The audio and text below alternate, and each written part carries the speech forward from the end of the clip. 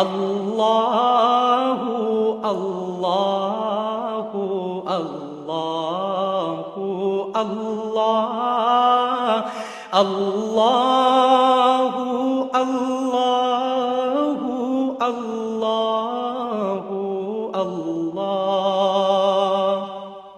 کنز الکرم مولا النعم هادي الأمم للشريعة. الحمد لله رب العالمين والعاقبة للمتقين والصلاة والسلام على رسوله محمد وعلى آله وأصحابه أجمعين. أما بعد فأعوذ بالله من الشيطان الرجيم. بسم الله الرحمن الرحيم. وَلَنَبْلُوَنَّكُمْ بِشَيْءٍ مِّنَ الْخَوْفِ وَالْجُوعِ وَنَقْصٍ مِّنَ الْأَمْوَالِ وَالْأَنفُسِ وَالثَّمَرَاتِ وَبَشِّرِ الصَّابِرِينَ. وقال تعالى في مقام آخر إن مع العسر يسرا. صدق الله مولانا العظيم. بزرگان محترم اور میرے عزیز دوستو اور بھائیو، یہ دنیا خدا کی دنیا ہے. اللہ رب العالمین نے اس کائنات کو پیدا کیا ہے اور اس کائنات کو پیدا کرنے میں اللہ جل جلالہ کا ایک خاص مقصد ہے. چنانچہ اس کائنات کے نظام اور اس کی ساخت میں اللہ رب العالمین نے انسان کی آزمائش کا پہلو رکھا ہے. کائنات کا نظام ہو یا کائنات کی ساخت ہو، اس کے ہر امر میں، اس کے ہر لمحے میں انسان کی آزمائش کا پہلو ہے. انسان کو مختلف طریقوں سے آزمایا جاتا ہے، اس کو مختلف طریقوں سے امتحان میں ڈالا جاتا ہے. کبھی خوشی دے کر اس کو آزمایا جاتا ہے، کبھی کوئی چیز عطا کر کے اس کا امتحان لیا جاتا ہے، اور کبھی اس کو محروم کر کے،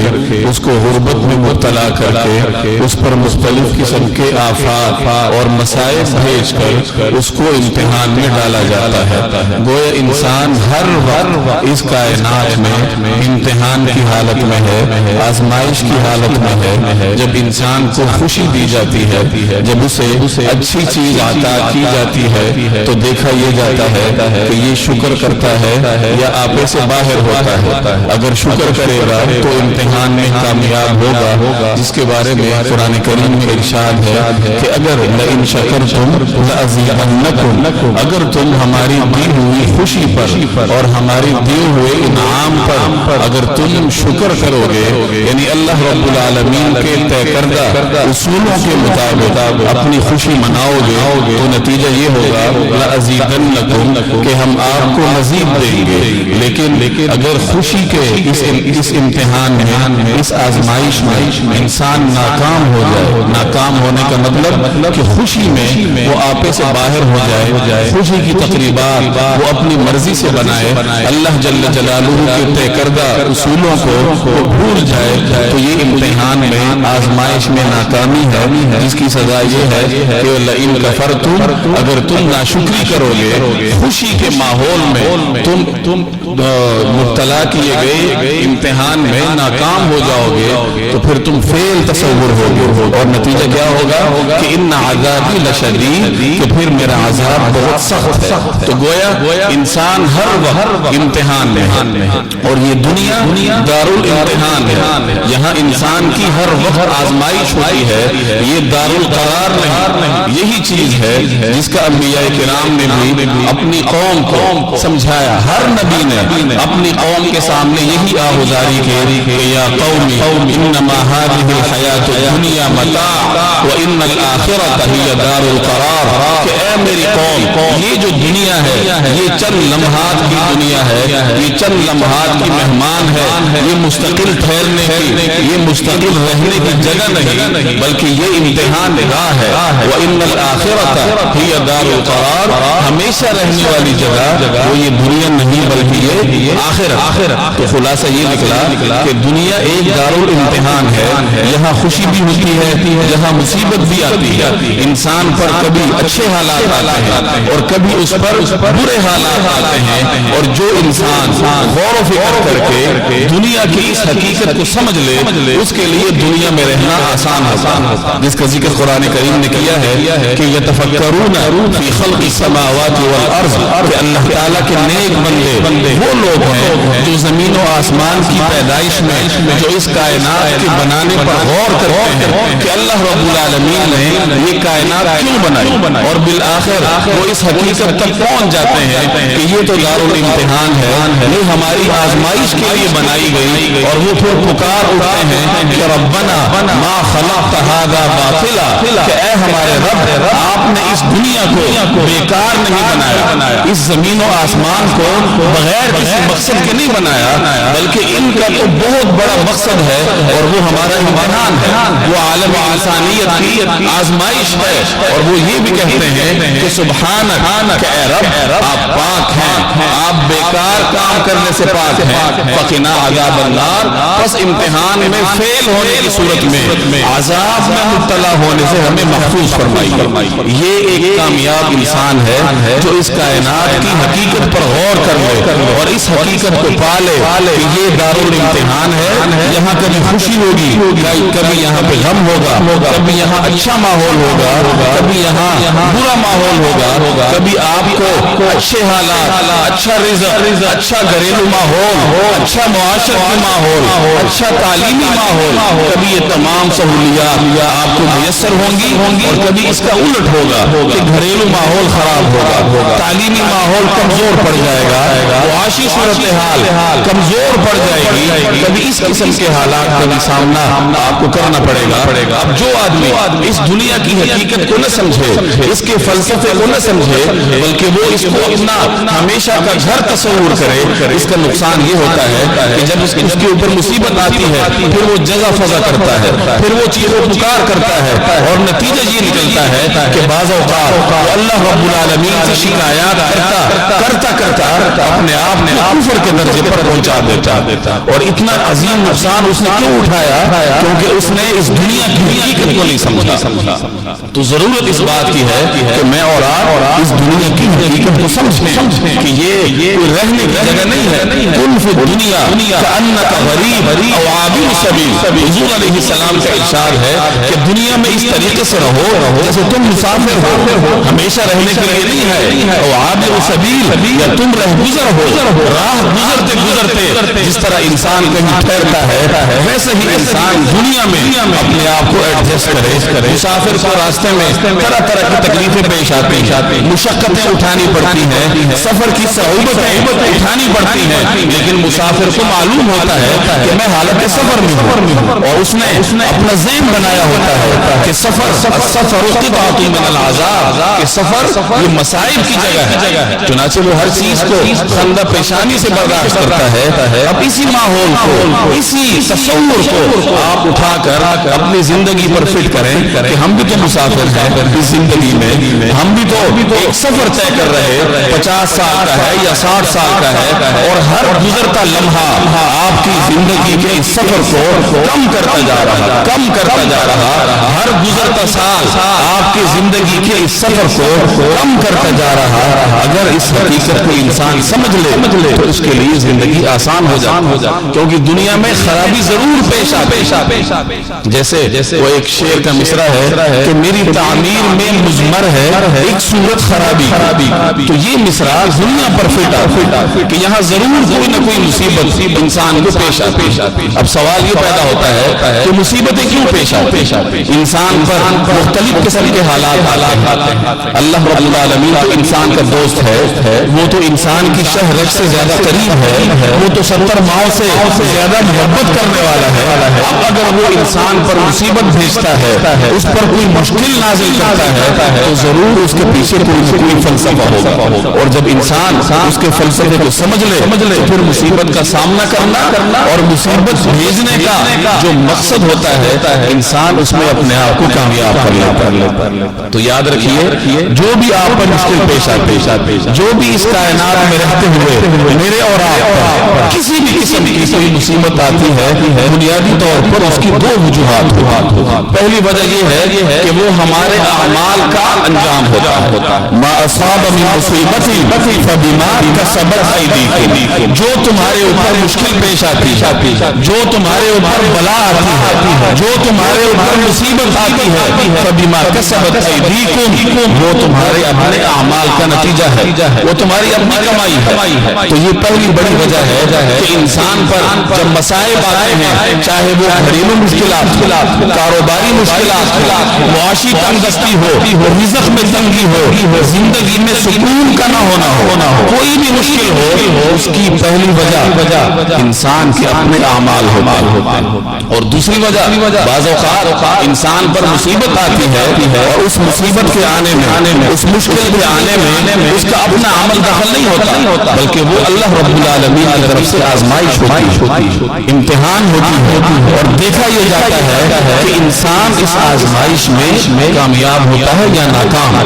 آزمائشیں، مصیبتیں اور تکالیف بھیج کر اللہ رب العالمین انسانوں کے درمیان خط امتیاز کھینچتا ہے کہ مصیبت آئی، اگر اس نے صبر کیا تو یہ نیک لوگوں میں سے، اور مصیبت آنے پر اگر اس نے صبر کا دامن ہاتھ سے چھوڑ دیا، جزا فضا کرنے لگا، اللہ جل جلالہ کی شکایات کرنے لگا، تو پھر یہ لائن کی اس طرف، یعنی یہ نیکوکاروں میں اللہ رب العالمین کی نظروں سے گر جاتی۔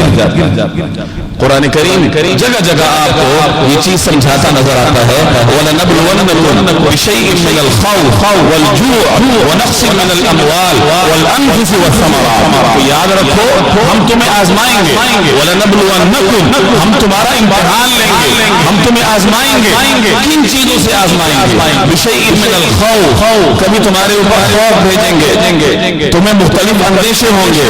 تم اپنے جان کے بارے میں خوف کا شکار ہوگے، تم اپنے گھر کے بارے میں خوف کا شکار ہوگے، مختلف طریقوں سے تمہارا ذہنی سکون ختم ہو جائے گا۔ یہ پہلا طریقہ ہے آزمائش کا، بشیء من الخوف۔ دوسرا طریقہ ونقص من الاموال، اموال میں کمی ہوگی، کاروبار بند ہو جائے گا، رزق میں تنگی آ جائے گی، مال میں کمی آ جائے گی، اور بعض اوقات انسان فاقوں تک کی نوبت تک پہنچ جاتا ہے۔ یہ دوسرا طریقہ ہے جو خود اللہ کہہ رہا کہ ہم اس طریقے سے تمہارا امتحان کریں۔ وَنَقْصٍ مِّنَ الثَّمَرَاتِ، اور تیسرا وَنَقْصٍ مِّنَ الْأَمْوَالِ وَالْأَنفُسِ وَالثَّمَرَاتِ، اور تیسرا اور چوتھا کہ کبھی کبھار جانوں میں کمی ہوتی، گھر میں فوتگی ہو جائے گی، اکلوتا بیٹا ہوگا، اس کی جان اللہ قبض کر لے گا، کوئی اور مصیبت آ جائے گی گھر پر۔ تو یہ مختلف شکلیں ہیں جن کے ساتھ اللہ رب العالمین انسان کو آزماتا ہے، اور پھر خود ہی اعلان بھی کیا کہ وَبَشِّرِ الصَّابِرِينَ، کہ یہ تمام آزمائش کے طور طریقے ہیں، اور جو میرا بندہ اس آزمائش میں پورا اترے، صبر کا دامن ہاتھ سے نہ چھوڑے، تو آپ اس کو خوشخبری سنا دیں کہ ہم نے جو امتحان اس کا لیا، اس آزمائش میں اس کو ڈالا، وہ اس میں کامیاب ہو گیا۔ تو یہ اللہ رب العالمین کا منشا ہے، یہ اللہ جل جلالہ کی حکمت ہے کہ وہ انسان کو آزمائش میں ڈال کر پھر خط امتیاز کھینچتا ہے۔ جگہ جگہ اس نے کہا ہم حسبتم ان تدخلوا الجنہ، کیا تم یہ گمان کرتے ہو کہ تم جنت میں داخل ہو جاؤ گے؟ ولما یأتکم مثل الذین خلوا من قبلکم، حالانکہ پہلے لوگوں پر جو مصیبتیں آئیں، انہیں جو تکالیف اٹھانی پڑی، تمہارے اوپر تو کچھ بھی نہیں آئی۔ مستهم البأساء والضراء، ان کو مختلف مصائب کا سامنا کرنا پڑا، وزلزلوا، اور وہ ہلائے گئے، دھڑدھڑائے گئے، یہاں تک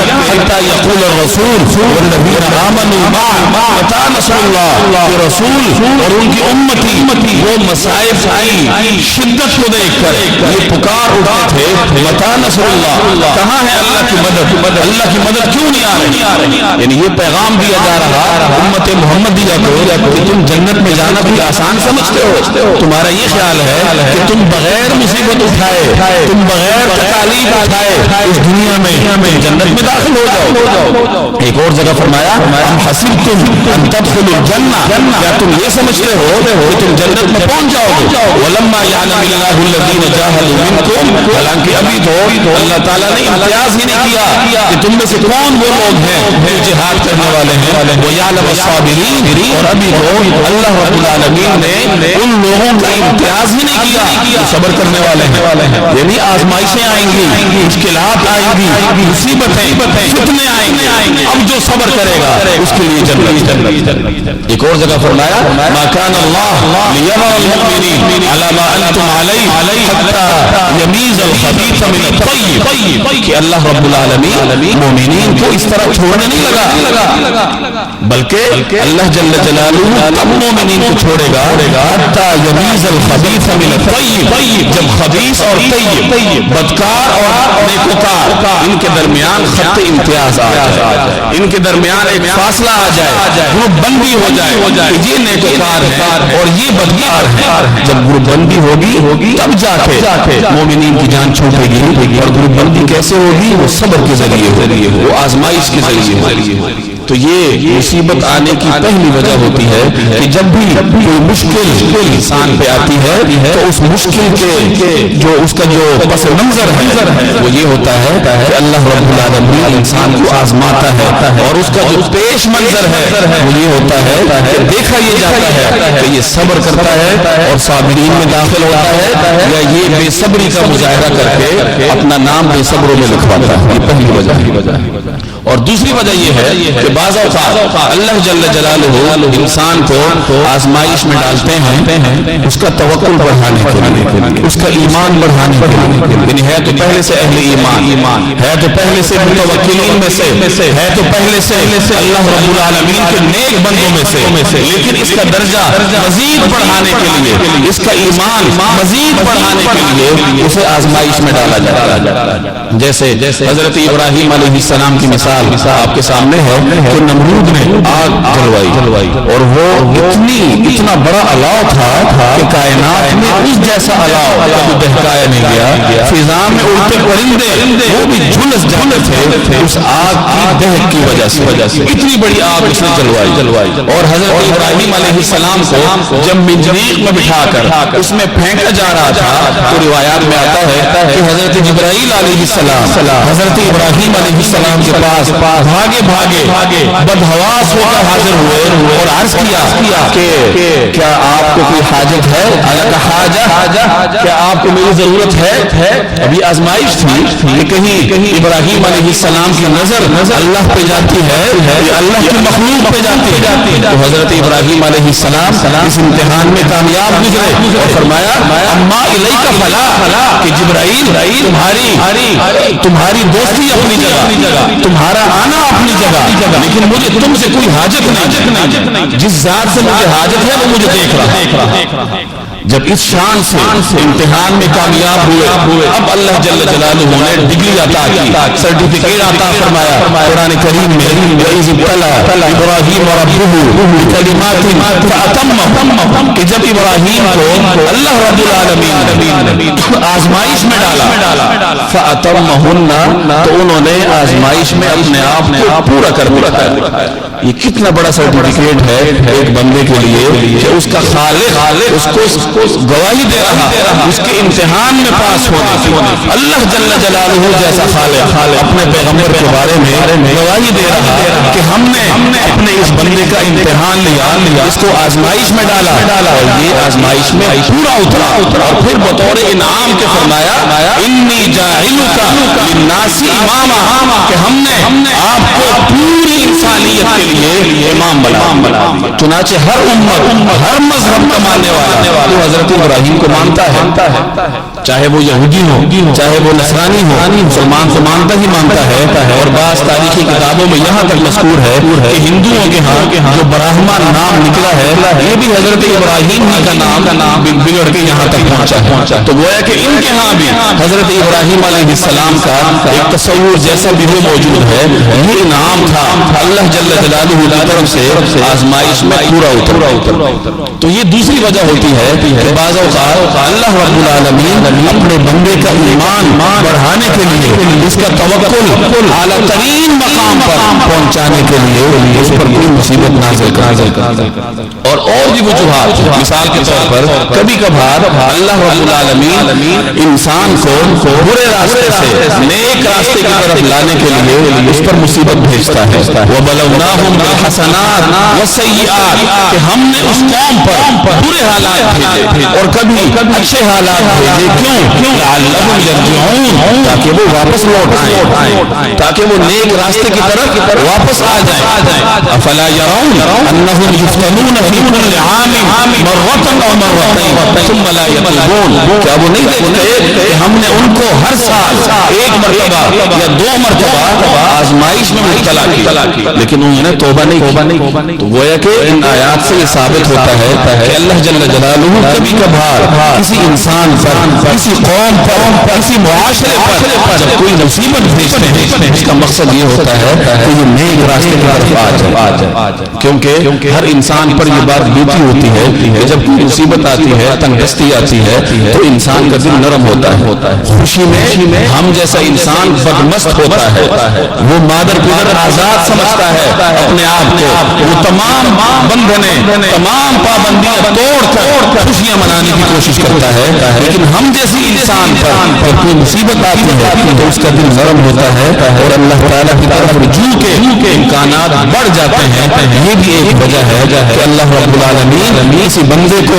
برے راستے سے نیک راستے کی طرف لانے کے لیے اس پر مصیبت بھیجتے ہیں. جیسے حضرت یوسف علیہ السلام کے بھائی تھے، اب انہوں نے حضرت یوسف علیہ السلام کو قتل کرنے کی کوشش کی، ان کو غلام بنوایا، ان کو دربدر کروایا، والد کی شفقت سے محروم کیا، اتنے بڑے جرائم کیے. لیکن اللہ تعالیٰ نے ان کو واپس لانا تھا، ان پر مصیبت یہ بھیجی کہ اپنے بھائی کے سامنے، اپنے باپ کے سامنے ان کا جرم آشکارا کر. اب یہ ایک ذہنی تکلیف تھی جو ان کو پہنچی. اس سے بڑی ذہنی تکلیف کیا ہوگی کہ آپ کا بھائی جس کو آپ نے اپنے تئیں قتل کر دیا ہو اور وہ آپ کے سامنے آ جائے تو انسان کو جھٹکا لگتا ہے. تو یہ ان کو جھٹکا لگا ایک ذہنی طور پہ، اور پھر نتیجہ اس کا یہ نکلا کہ وہ باپ کے پاس گئے اور کہا یا ابانا استغفر لنا ذنوبنا انا كنا خاطئین، اے ہمارے والد ہم بڑے گنہگار ہیں اور ہمارے گناہوں کی آپ اللہ سے مغفرت طلب کی. تو یہ اللہ تعالیٰ کے مختلف بہانے ہیں کہ وہ بندے کو اپنی طرف کھینچتا ہے، کبھی اس پر مصیبت نازل کر کے بھی کھینچتا ہے.